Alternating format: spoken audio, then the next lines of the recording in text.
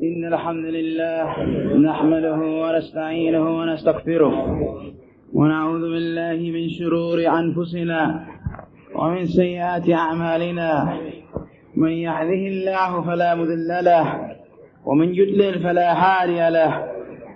وأشهد أن لا إله إلا الله وحده لا شريك له وأشهد أن محمدا عبده ورسوله.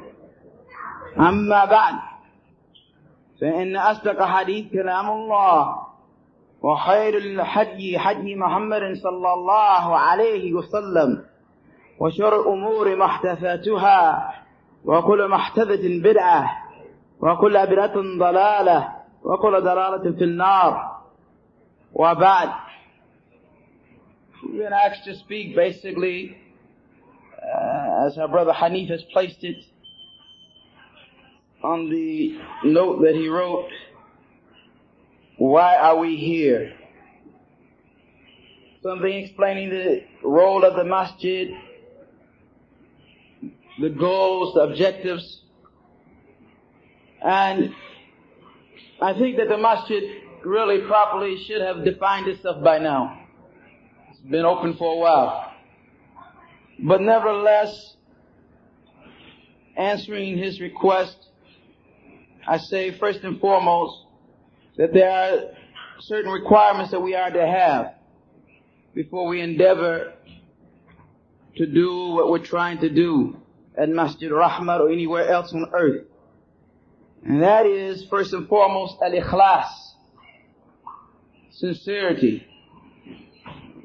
And when he says, why are we here? And why are we here at Masjid Masjid Rahmat? Why are we here at Masjid Rahmat? The Masjid of Mercy, inshaAllah ta'ala. And we had thought of another name, but really this is the name that is required in this place, in this particular place, at this particular time, this matter of mercy, rahmah. Because we find that it's almost non-existent. We find it almost non-existent. Nevertheless, the first and foremost matter that we need, jazakallah khair, is al-ikhlas, sincerity. And this can be achieved in many ways. But one of the important issues to think about regarding ikhlas is that to hide your good deeds like you hide your bad deeds. To conceal your good deeds like you conceal your bad deeds. You know, a person will go through all types of striving to make sure that their bad deeds are concealed. They don't want to talk about it. They don't want even it to be suspected of them. So, to hide the good deeds like that. Because and I've lived in this area before, and there is a issue that often goes around which involves bragging. And which involves that I've done this, and I've read that, and I've studied this, and I memorized that. It is so apparent sometimes that if an individual doesn't involve or indulge in that, that person is considered like he doesn't have anything. Obviously, he doesn't know anything. Obviously, he hasn't studied anything. Why? Because he's not bragging about it. Everybody brags about what they know. Well, this is the opposite of ikhlas. And here, when we talk about Masjid Rahmat, this is something we want to avoid. We want to avoid this issue of bragging and this issue of hubb al-dhuhur, loving to be shown or loving to appear, loving to be known. Yushiru ilayka bil binan, that you're pointed to. This is not the way of the Salaf. And it is that which, even if you had ikhlas, if the people start to act like this, you may lose your ikhlas, your sincerity. So the first thing is that issue of hiding the good deeds like you hide your bad deeds. Your good deed is for Allah tabaraka wa ta'ala. Leave it between you and Allah subhanahu wa ta'ala. But if someone unaware, unbeknownst to you, finds out about it, then that's another issue. And there's an example of that with Imam Bukhari, rahimahullah. That said some man was sitting with Imam Bukhari. And Imam Bukhari, rahimahullah, was talking to him and noticed that there was some type of filth upon the floor of the masjid. So Imam Bukhari waited till the man left Then he picked up the filth and placed it in his pocket. But unbeknownst to him, the man had looked back around and saw him. But this is how the Salaf were. He could have picked it up in front of him. Most of us would have done that. But he wanted this deed to be sincerely for Allah Ta'ala alone. And this is how they were regarding their issues. That if they made tahajjud, like in the hadith of the well-known hadith that says that we will receive rain because of such and such star. One of the Sahaba was up that night. And he didn't want them to think that he was making tahajjud. So he said, something stung me. I was up that night. Then immediately when they asked, why were you not tahajjud, not qiyam al-layl, he didn't want them to know. He would hide that. No, I was stung by something. Something stung me, disturbed me, and I was up. We have to have this quality. We have to have this quality.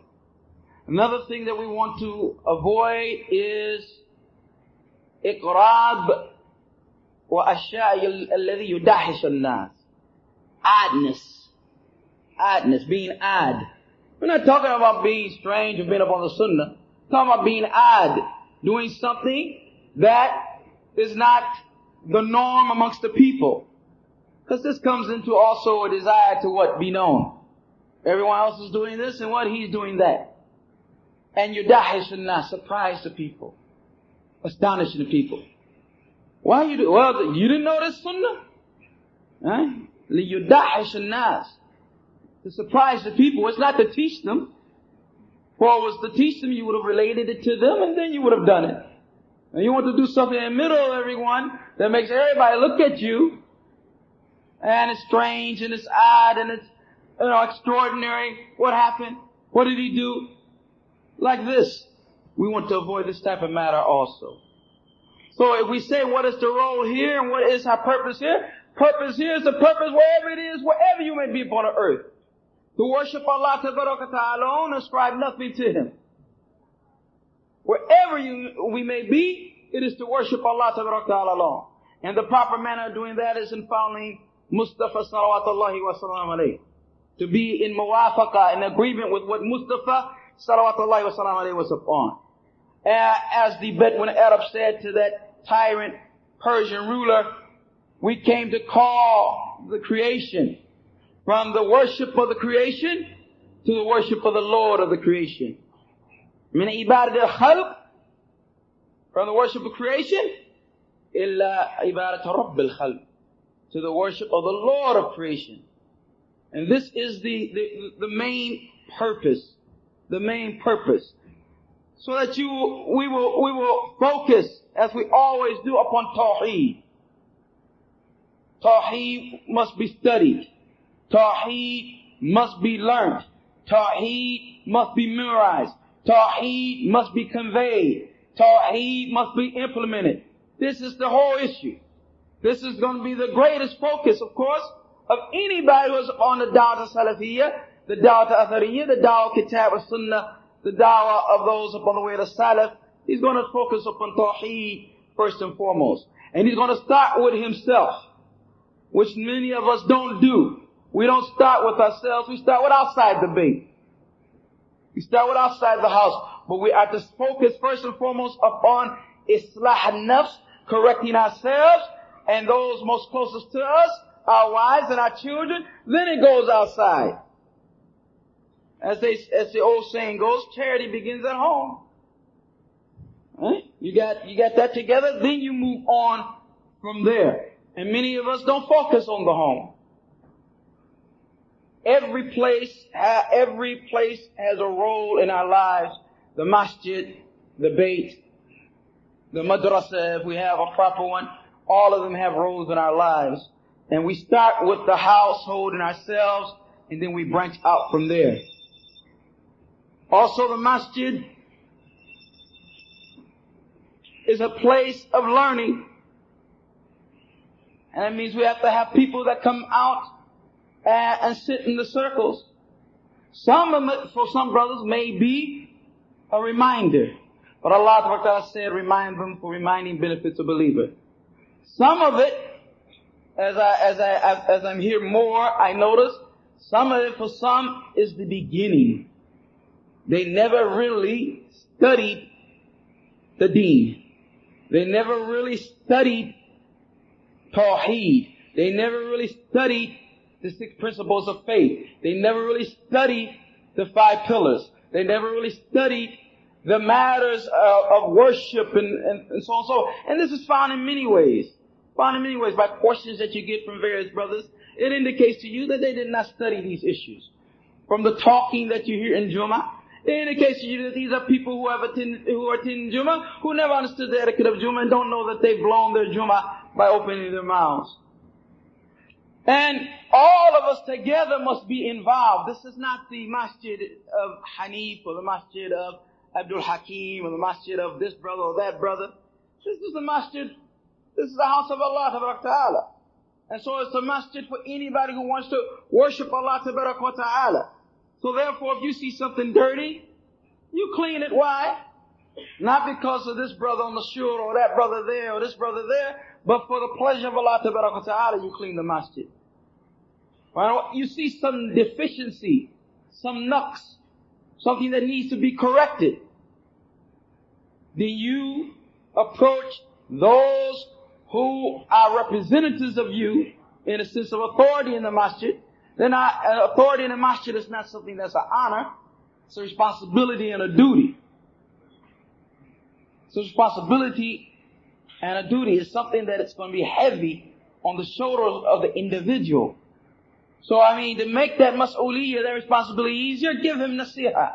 Pull him aside and brother, I noticed this, or you should do this, and you should do that. This is nasiha, which is another matter that we need to inculcate in our lives. Is the Prophet sallallahu alaihi wasallam said, ad-deenun nasiha, ad-deenun nasiha, ad-deenun nasiha. Sincere advising of one another. And it's the difference between nasiha and ta'yir, as Ibn Rajab wrote a book about it. Nasiha and exposing someone. It's not our goal and will not be our goal, bi'idhnillah, from this mimbar that is behind me or from the lectures in here to expose individuals. This is not the purpose. But we want what Allah Ta'ala stated when He said, he who covers the faults of a believer, Allah Ta'ala will cover his faults on the day of judgment. There Allah Ta'ala cover faults, and He loves from His servants to cover faults. So exposing is one thing, nasiha is another. Nasiha is where you pull a brother aside and you have some rahmah and some mercy and some lutf and some gentleness and some concern, and you are telling him, and you have no ulterior motive in your heart, but you are speaking purely for the sake of Allah Ta'ala, hoping that He will accept your advice. And this is where the word nasiha comes from in Arabic. Is when you cleanse the honey, nasah al-asl, you cleanse the honey from what particular particles have fallen in it. So you don't have anything negative in your heart, and you have noticed a speck on the face of your brother, and the believer is a mirror to his brother. So therefore, the speck that you have had before, you've noticed it upon him, and you are trying to correct it, and you are trying to remove it, and you are trying to rectify him. An-nasiha. So the masjid will be from that standpoint also where we learn nasiha, where we learn how to give advice, where we learn how to show respect, where we learn how to have patience. A sabr is a must in this issue, to have sabr. You're not going to hear everything or all the time what you like to hear. But you're still ordered by Allah Ta'ala to be around your brothers, to pray with your brothers, to mix with your brothers, to eat with your brothers, to sit with your brothers, to talk with your brothers. And your brothers may do that from time to time due to shaitan or due to their nafs or due to their desires or their shortcomings which offend you. Then you have to have what the Salaf had, which was the ability of carrying something heavy. Tahammal, to carry something you might dislike, something that offends you, but you carry that, bihilm, with forbearance, for the general good that comes out of it, and for the fact that the brotherhood itself is something very, very expensive.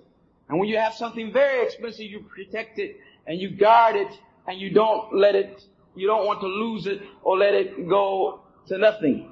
So these are the things we have to do. And if we think about it, This is what we intended from the get-go when we first came into the deen of Allah, or when we learned about these issues, but we got sidestepped here or there. Someone came along and told us something else. Someone came along and gave us another plan. Someone came along and gave us another program. Well, we want the program of Allah Ta'ala and the Messenger Sallallahu Alaihi Wasallam, that which is the program that the Salaf Salih were upon. There are many issues and there are many matters which we could discuss, but in general, what has to happen is that everyone realizes that this is everyone's masjid. It is not a masjid for the brothers in Newark, but it's a masjid for anyone on the face of the earth who wants to come and worship Allah Ta'ala in this particular locality. Anyone who wants to worship Allah Ta'ala in this particular locality. And come learn the deen of Allah Ta'ala and come advise the brothers. Everyone has deficiencies. Everyone has faults. Everyone is aware of some things and unaware of others. You know, I mean, it's a reality that I may advise you of something today, and then 2 or 3 days later you see me doing the same thing, and I need you to advise me. I've forgotten what I advised you about. To the degree you could probably say, brother, didn't you just tell me such and such and such and such? But this reality that insan, they say the man was called insan because he nasiya, he forgets. Often forgets. And has to be reminded constantly. Constantly reminded. There's a day coming, there's a akhirah, there's qiyamah, there's jannah, there's nar, there's malaika. Constantly reminded. The day for you to leave this world is coming. You don't know when. Alayka salam, you don't know what will happen or how it will happen, but definitely will happen. And you will meet Allah Ta'ala, who knows all that you conceal and all that you reveal. And no one can protect you from Allah Ta'ala. And if He makes a decision regarding your destination to a place other than what you wanted to go, then that will be the direction that you will take. May Allah protect us all from that. But these are the realities of what we have to remind one another about, particularly where we're at. Where we're at it's abhorrent. It's beyond belief. Man can memorize 10 ayat and go outside and lose it. 10 ayat, God, I had it in the masjid. 10 ayat, come out, look, khalas, it's gone. Ghurur, delusion. Qillatul a'wan, very few people to help you do good. You want to do shar, evil, you got multitudes to help you. Multitudes to help you. Hey, take this, pay me back. No, pay me back. Multitudes. If you want to do khair, very few people is in support of that. Very few people is in support of that. So it takes a lot of tadhiyah, sacrifice, and a lot of striving. And we are supposed to be able to depend upon one another in this regard. As the Prophet ﷺ said, the believers are like one building. You know, one brick upon the other. And another narration says like one body. All these narrations we know. It's just a matter of taking them out of the books and implementing it into our lives. Implementing it into our lives. When we look at the Prophet sallallahu alaihi wasallam and the companions, this is the first difference that we notice from that generation and this generation and all the generations that have been successful versus generations that have failed themselves and have failed the Muslims, and that is that they're acting upon the knowledge. What does it benefit us if we memorize the whole Quran, or memorize all of Bukhari, or memorize Muslim, or memorize Usul Thalatha, and Aqidah Tahawiyya, and Qawaid al-Arba, and Kashf al-Shubuhat, and Fatawa Hamawiyya, and Risala Tadmariyya? What does it memorize if we memorize? What does it benefit if we memorize all that and we don't implement anything of it? Don't implement anything of it. It is implementation and actually practically living this Islam on a day-to-day basis. Living Aqidah Tahawiyya. To your walk in Aqidah Tahawiyya. To your walk in Risala Tadmariyya. To your walking Usul Thalatha. To your walking like this. When it becomes that, it becomes reality that we're living. Now, for us, many of us is on the shelf. And many of us who have been exposed to the real Salafi da'wah, not the slogan, not the mirrors and smoke, but the real Salafi da'wah, have not the ability yet to express it to others so that they can come and partake of it. It is really horrible and horrendous. And any other word I could find in English language, but I'm not clicking like that tonight. That the da'wah, a da'wah called Salafiyyah, has been in this area since the last decade, and very few people in this area know it.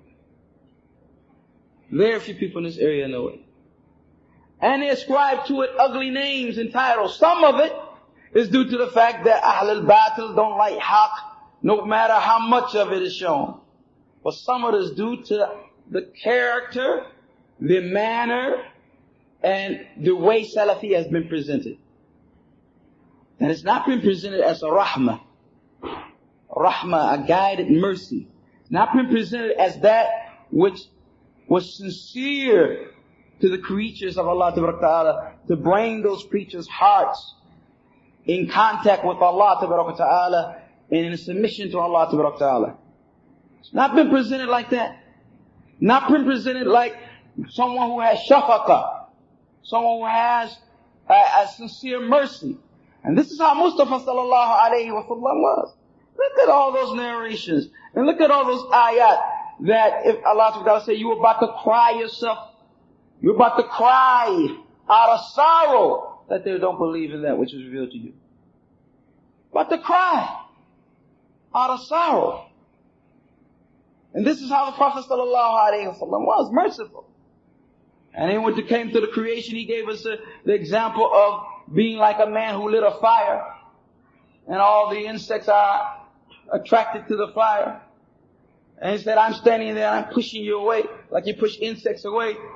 And this shows the amount of activity and concern that the Prophet ﷺ had, that physically he's pushing, if you can imagine, pushing insects away, as much as they are attracted to the light and they constantly come. And you've lit this in an area that is open. Right? He said, this is how I am with you. Pushing you. And you keep running into the fire. Has the Dawah Salafiyyah been presented to people on that level? That is a call to all the creation. It is, what is it if you, let's not get caught up on the terms. Take the word Salafi away, Athari away, Ahl Sunnah wal Jama'ah. What is it but the Sirat al-Mustaqim, the straight path? What is it but the true Islam that Allah Ta'ala revealed from the heavens? What is it but practicing the deen that Muhammad and Abdullah sallallahu alayhi wa sallam and his companions were upon? In our belief, in our worships, in our manners, in our morals, in our whole way of life. That's all it is. How you understanding the deen, bifahm as-sahih, correct understanding. No one has infiltrated, no one has came in and polluted your understanding of what Allah Ta'ala revealed from the heavens. You're up on clarity. And ta'ala basira. You're up on clarity. This is all it is. But sometimes we get caught up in the slogans. Like I said, a brother saying sunnah, sunnah, sunnah, and hardly ever picks up a book of hadith. You ask him, have you read all of Bukhari? No. English, no Arabic? No. Have you read all 4 volumes of Muslim? No. English or Arabic? No. Have you read all of Riyadh al-Salihin? No. English or Arabic? No. Have you read all the 40 hadith of Nawawi? No. English or Arabic? No. Then how you keep saying sunnah? The sunnah's in one valley and you in another. The sunnah's somewhere else. The one who really loves the sunnah is going to be reading those books. Along with Quran, along with Tafsir, he's going to be reading those books. And the more you read those books, even if you don't memorize them, you become familiar with the personality of the Prophet ﷺ.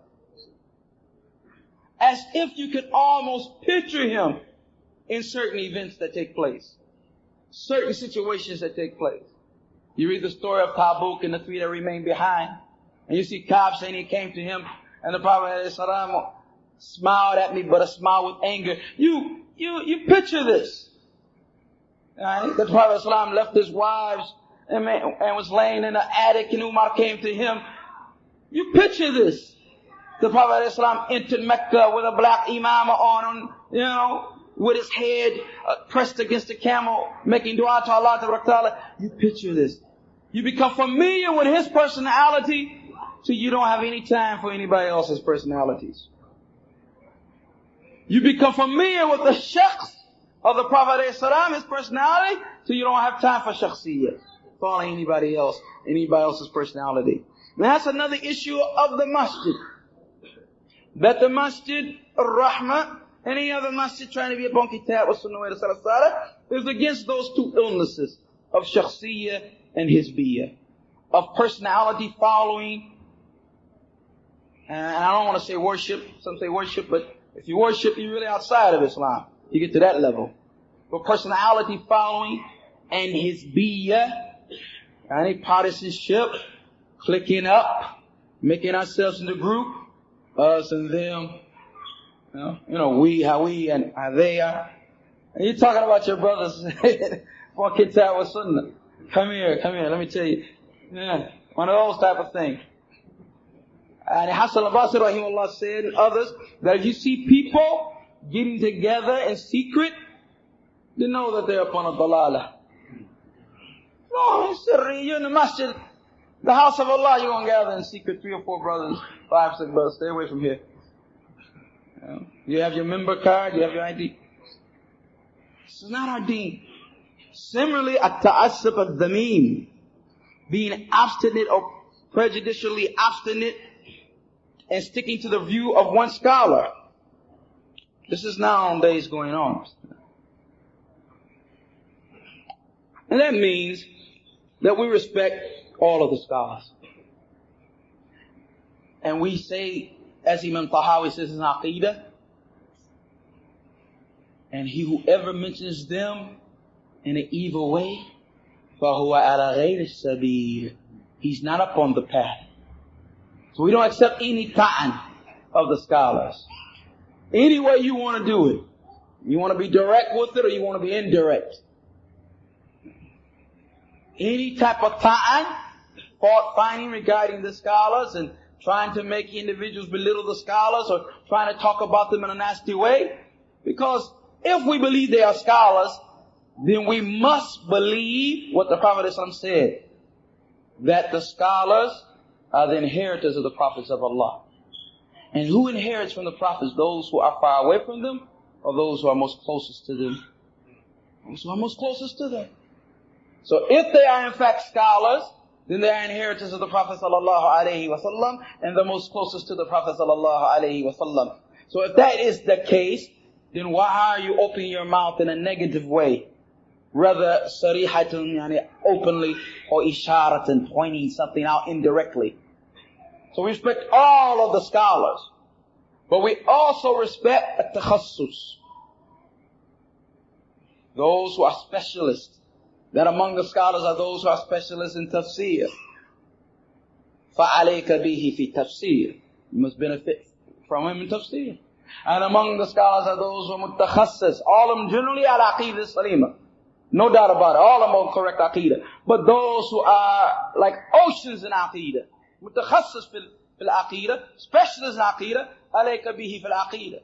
And amongst the scholars, those who are mutakhassis fil jarh wa ta'deel. So if you have a problem in jarh wa ta'deel, عَلَيْكَ بِهِ فِي هَذَا. And amongst the scholars are those who are mutakhassis in the matters of talaq, wal khula, and all the stuff that we hear so often, and that area of fiqh. So if you have a problem with that, then like that. Respecting the specialists, respecting the fact that Allah Ta'ala gives His virtue, or gives His bounty to whoever He wills of His servant, and have given certain servants certain things, and certain servants of it, is the best form of, is nothing but adl, of nothing being just, but being just. Nothing but being just. So we respect that. And we respect all of the scholars. And of course, we rely and refer more to the major scholars. And this is only natural. For by the fact that they are in fact major scholars. And if we can't get to the major scholars, then we get to those most close to them. and we can't get to those most close to them. Then we get to those after that and after that, until you might come to a mutamakkin, a talib al-ilm, established student of knowledge, or you might come to an alim saghir, a small alim, or whatever the case. But with all of this, we believe that no individual by himself is perfect. No matter how knowledgeable he is, no individual by himself is perfect. It is possible, and there's no doubt, it's almost certain that he will make mistakes. But having said that, then that means that whatever truth is taken, it is taken from whoever comes with it. I'm talking about yesterday being Thursday. Yesterday being a year ago, 2 years, 4 for some, 5 for others, 10 for others, a decade for others, 2 decades for others. That's not much. But we have to realize this issue. And that is that this is a blessing from Allah Ta'ala to even be upon anything that is known as Kitab al-Sunnah wa al-Salaf Salih. So the masjid's role is going to be, inshallah ta'ala, one of that. And we are in need of everybody. All hands must be upon deck. Everybody who can take some time and come and benefit and help and assist and support. Someone can teach someone al-Fatiha who doesn't know al-Fatiha well. Someone can teach someone wudu who doesn't know wudu well. Someone can teach someone tayammum in case there's a need for him to do that. Someone can teach someone this and someone that. This is how it is. We benefit and we benefit others. We learn and we teach others. We advise and we accept advice. Right? We forget and we have to be reminded. We remind others because they forget. And this is how a brotherhood and a sisterhood and a community works. A lot of us don't know how community works. We think community is always hair splitting, arguing, and bickering. 3 of these 4 brothers against 5 or 6 of those brothers. That's not community, that's not brotherhood. And another matter is that the role of the masjid should be natural. It should be a natural part of our lives. Sometimes there's a zeal for some brothers. A thing of melal or boredom comes over them. I don't know what it is. But you can find communities that be going so well, and it's like, this is just too good to be true. Let's come up with something. Let's cause some type of excitement. This is exciting enough. Is it exciting enough to be worshiping Allah Ta'ala for Kitab wa Sunnah? I mean, this is beyond belief. This is off the wire. That in an area like this, you got adhan being called 5 times a day, and people coming to the masjid and upon sunnah, and this is Allahu Akbar. So what more excitement do you need? So if the masjid has a natural position, Allah has have a natural flow. Going to the bayt of Allah Ta'ala, worshiping Allah Ta'ala. This is the issue. And of course there's many issues, I guess, that we can go into, and that regarding that, like I said, the shura of the masjid is such that it is a responsibility. And as we had some advices, this was something good done by the brothers here, that before they started the masjid, they asked for advices from various scholars and students of knowledge. I myself recall the Master Sheikh Hisham Arif, who he is a lecturer in Masjid al-Aqsa at that time, and I translated for them on that tape. And they asked also Abdullah al-Bukhari, and they asked Uwais al-Jabri, and they asked others and others and others about issues regarding the masjid. And this is how you should do. Al-ilm qabla qawl al-amal. Yani, usul thalatha. Yani, Sahih Bukhari, where it comes from. Al-ilm qabla qawl al-amal. Knowledge comes before any saying or deed. So, what should we do? And he said that the shura and those responsible must be qudwa, a good example. And they must be from the akhyar, from the best. And they must be like the first in the saf al-awwal, in the masjid. They must be the ones who are the first to rush to do good. And this is something known. That the one who's going to be in a position of responsibility, he has to be the first and foremost. This is what the Prophet ﷺ was like. Prophet ﷺ wasn't sitting around with a belly full and his parents was hungry. When they pulled up their shirts and showed them stones tied to their bellies, he pulled up his shirt and showed them stones tied to his belly. I'm like you in this regard. When it came to Khandaq and digging the Khandaq, Prophet ﷺ was out there with his shirt off and carrying the bricks away. And at first, those who are going to be responsible are going to be the first. Have to be the first in the field of activity to do what it's called to do. And we must have the desire of not, or this matter of not wanting position. Nobody should want position. And if we have that type of malady, we need to deal with it. But when we are entrusted with a position, our attitude should be that this is the battlefield and the enemy won't come through this way. The enemy won't come through this way. Won't get through because I'm sleeping, or I'm negligent, or I'm not on my job.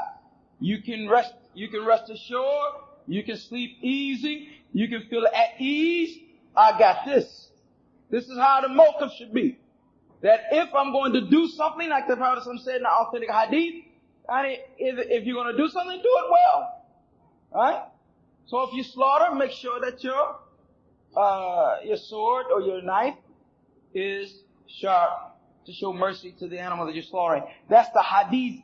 But the ihsan, to do well, is what we want to take from that narration. To do well, if you're entrusted with something, do it well. If you're going to call adhan, with all the rewards that adhan has, of the fact that the believer's neck being, the mu'adhdhin's neck being very, very long. And it said that one of the many reasons of that is the fact that when everybody sweats on the day of judgment, because as you know, the sun will come near. And it will come near as close as a mil, as they say. And mil can mean the mile, as we know, or it can mean that which is the instrument for putting kohl in your eyes. That's how close the sun will be. And that the people will sweat to their ankles, and to their knees, and to the half of their bodies, until their mouths are shut due to sweat. Mu'adh don't want to suffer any of that because his neck is very long. So if we know the fada'il or the virtues of calling adhan and the authentic narrations regarding calling adhan, then if we are entrusted to call adhan, we have to call it up on time, and we have to call it in the proper way, and so on and so forth. And this is for anybody, whatever responsibility we take. If you take the position of treasure, then what the Muslims have, you don't let 1 cent be spent. You don't let 1 cent be spent. Because it's not your money. And because Allah Ta'ala is going to call you to account for what you do with it. You make sure that every cent is placed in the proper place. And if you got some other capacity, whatever you're doing for the masjid or for the Muslims, that you do it well. You do it well. This is something very, very important and something that must be understood.